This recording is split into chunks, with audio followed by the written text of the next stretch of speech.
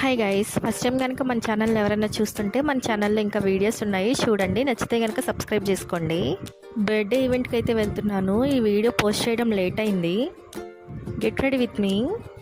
నా మేకప్ ఎలా ఉంటుందో మీకు తెలుసు కదా. ముందైతే మాయిశ్చరైజర్ అప్లై చేస్తాను. ఇప్పుడైతే కొంచెం పౌడర్ అప్లై చేస్తున్నా. ఇయర్ రింగ్స్ అయితే పెట్టుకున్నాను, స్టోన్స్ వస్తాయి అన్నమాట స్టెప్ వైజ్.